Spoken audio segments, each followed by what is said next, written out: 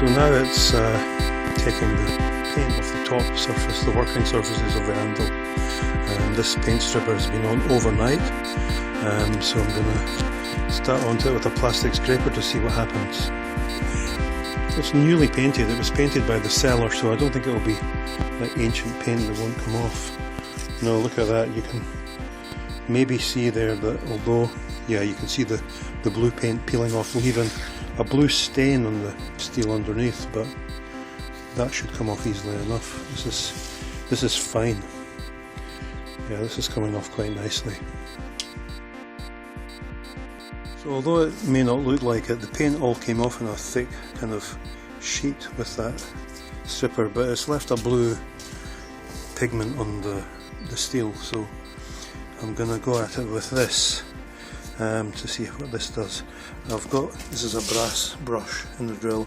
I've got heavier duty brushes, steel ones, braided steel ones that fit in the angle grinder, but I think start off gentle and up the ante if necessary rather than the other way around. Yeah, look at that, the brass brush is doing fine, no need to go any heavier duty than that. Just scratch the surface unnecessarily. Good, won't take long. So that's pretty good, that came off pretty easily. I've got this little wire brush to get down inside the hardy hole. And I'll see if either of these two abrasive wheels will give it just a bit more of a shine on top. I don't know if that will work or not, but no harm in trying. Yep, that one's working, see? A bit of work with that and it'll shine up nicely. Before I start to paint this anvil, let's just take a closer look at it. First of all, we've got these three numbers on the waist of the anvil. That looks like a 9, but it's not. That's a 1 and that's a 16.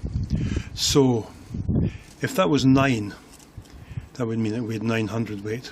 So in other words, nearly half a ton. So clearly it's not a 9, it's a 2, but the bottom part of the 2 isn't stamped very well. The rest are clear enough.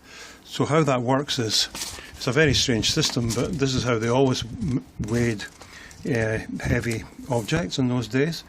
It means the first number is 100 weight, so it's 200 weight. The middle number is 1/4 weight, so it's 1/4 as well, and the other number is pounds, which is 16. So basically that adds up to 268 pounds. So it's quite a large anvil. It's a brute actually. You see the top's all cleaned up now, and I've got my crib sheet here. The length is 30 inches or 77 centimetres. The height is 12 inches and the width is 5 inches or 13 centimetres. So height 12 inches or 32 centimetres, width 5 inch or 13 centimetres, length 30 inch or 77 centimetres. So it's a big anvil. Now, a little bit of an evaluation in a minute. So I don't know when they stopped using that numbering system, but it would presumably give a ballpark of the ballpark idea of the latest year in which this anvil could have been made.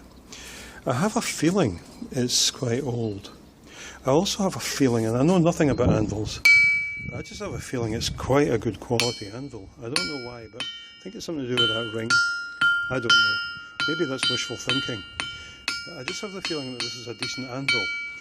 But of course it has, been subject to the ravages of time and work, so there's a lot of breaking and unevenness along the edges there, which is a shame, but it is what it is. Down round at the back there's a bit of heel there that's quite straight. The other side's better. I've been through this before, so I'll just be quick. But all that there is decent. So although I'd love it if this were much tidier around the edges, but it can't be helped. Certainly good enough for me. The table is pretty dished, and it's also got a little mark in it there, a chisel mark I think, but my understanding is that the table is made of softer steel so that you can chisel into it and it saves from damaging the face. And then the horn is pretty flattened at the end, and it's actually flared out a little bit as though it's taken some impact on the end there. So I might just angle grind that a wee bit to tidy it up, and then I'll be on to the painting. Overall, I'm delighted with it. It's an amazing bit of kit. The other thing I should have said was that there's a bit of a line here, you can probably see it, and it does go right across, but I honestly don't think that's a crack. There's no difference in the tone on either side of it, and it just doesn't look like it runs down the sides or anywhere. I just think it's just some kind of a marking. I'm not sure. My heart sank when I saw it at first, but actually it's not an issue. I had a big cast iron anvil once about the same size as this, but I sold it because I just wasn't happy with the fact that it had a crack across the face and it sounded dull and clacky when you tapped it with a hammer. I was never satisfied with it. This is a different kettle of fish. So I've tidied up the end of the bick with the angle grinder, and basically I've got the blower here, which is going to be the forge blower ultimately, because it can turn down to a really low setting, or a pretty low setting, but it also turns up to an extremely fierce setting, and there's a bit of water in that hole there. Don't know what you call that hole, but there's a bit of water in there, so I'm going to just blast it with high volume air before I paint the thing. So all good. In with the grey and out with the blue. It should look quite nice, I think.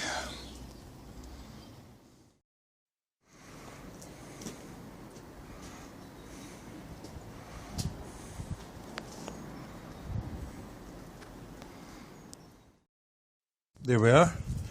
It's very handsome actually, with its first coat of grey. I'm going to give it 3 coats, and that will suffice. It's fascinating, when I tapped it with the hammer it had lost most of its ring because of the wet paint on it. Be interesting, because I think when the paint's dry it should ring again. Not that it matters, but just interesting. I'm very pleased with that. I think it looks great.